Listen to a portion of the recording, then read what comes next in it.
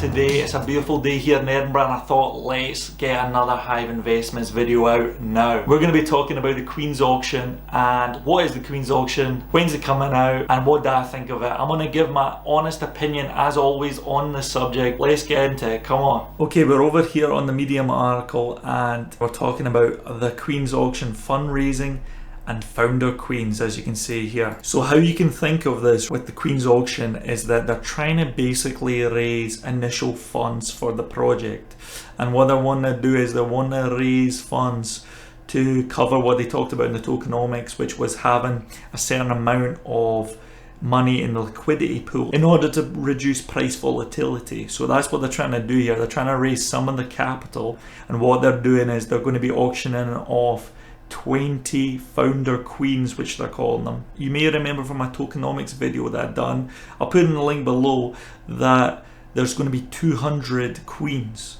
So 20 of these queens, as you can see, they're going to be auctioned off, and then I presume the other 180 will be done in the same way that I talked about in the tokenomics, how you'll be minting. There'll be a chance of you minting a queen, but we'll see. And you can see here, just from this little bit here, this is a method to raise the initial $2 million of required liquidity. And they're saying on the 28th of February, which is very, very soon, we intend to launch Queen's Auction. The reward mechanics for these founder queen NFTs are going to be different, which is we're going to talk about. So this is a guaranteed method of ensuring you get a queen. If you win one of these NFTs in the auction, you're also going to have a Discord server, which you're going to get easy access to the core team. So maybe people who want that Billy, well, that's going to be there for you. And also they're saying you can kind of customize your NFT as well. They're saying you can customize the background on your NFT, and there's little features like that. So they're talking about how is it going to work the auction, and basically on the 28th they're going to be auctioning off 20 queen NFTs, as we've already said, over the span of 6 days and 16 hours. Every auction lasting 8 hours, and they'll work their way through all 20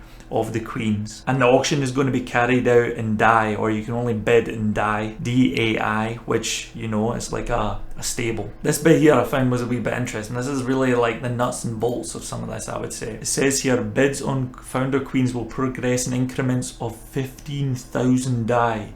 So this is quite expensive.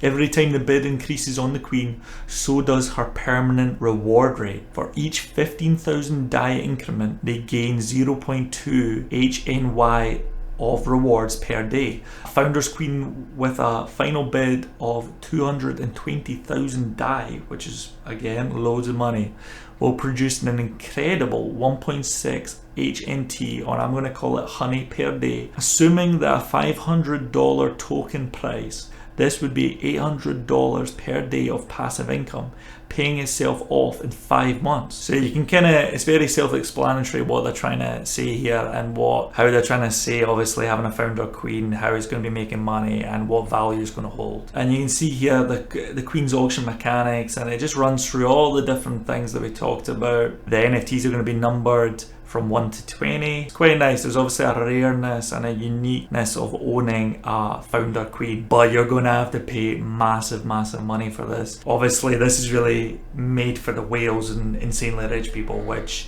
I'm not. Okay, I'm actually refilming this because I didn't record the audio initially, but basically what I thought was very interesting, out of all the information that was in that article, they have $500 per token estimation. Or they're suggesting that. Let's just say, do you know what? Let's just say that's the figure they're suggesting. So $500 per token, and there's supposed to be 1 million tokens.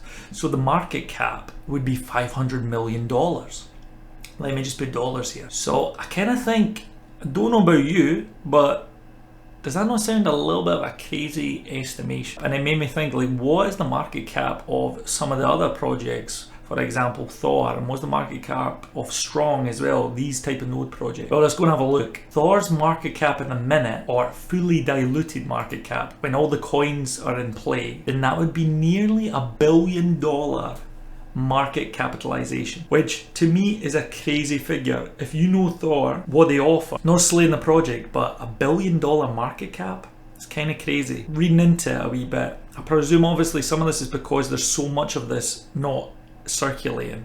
It's obviously, some of it's held up, some of it's in liquidity pools, some of it's locked up. I just find this very interesting, the market cap figure for Thor, and it doesn't make me worry. I don't know, I'm not too sure. Let me know what you guys think of these market caps, the Hive market cap if it does reach $500 per coin, and then obviously Thor's market cap. I don't know why, just a feeling about the project. I just feel the market cap's a little bit worrisome. And then if we go over to Strong, shall we say one of the most established node projects out there, and was really a leader for a lot of these projects. And you can see with Thor, right, with its price at the minute, its fully diluted market cap is $169 million, and then its actual market cap is $44 million, okay?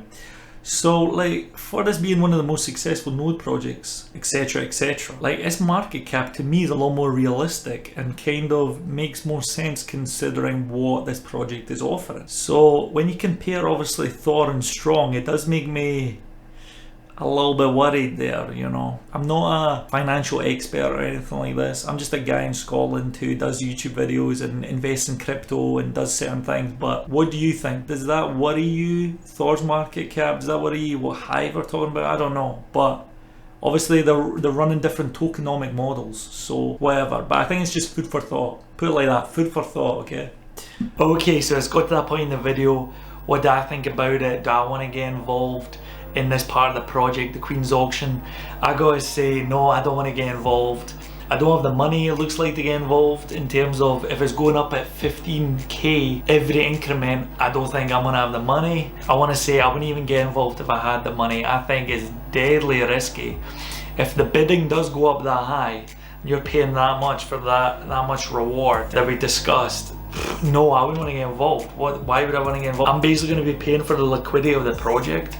I think that's very risky on a project that, to be honest, I haven't really seen true doxing. I don't want to be too down on the project, if I'm honest, because I do like the project. I would be looking to invest at the launch. So let me know what you think about the Queen's Auction, and if there's anyone out there who's actually looking to participate in the Queen's Auction, comment below just for some fun. So thanks so much for watching. Please smash that like button, it really helps the channel out. Consider subscribing. I'm going to be covering more Hive investment news, and without any further ado, we'll catch you on the next video. Bye just now.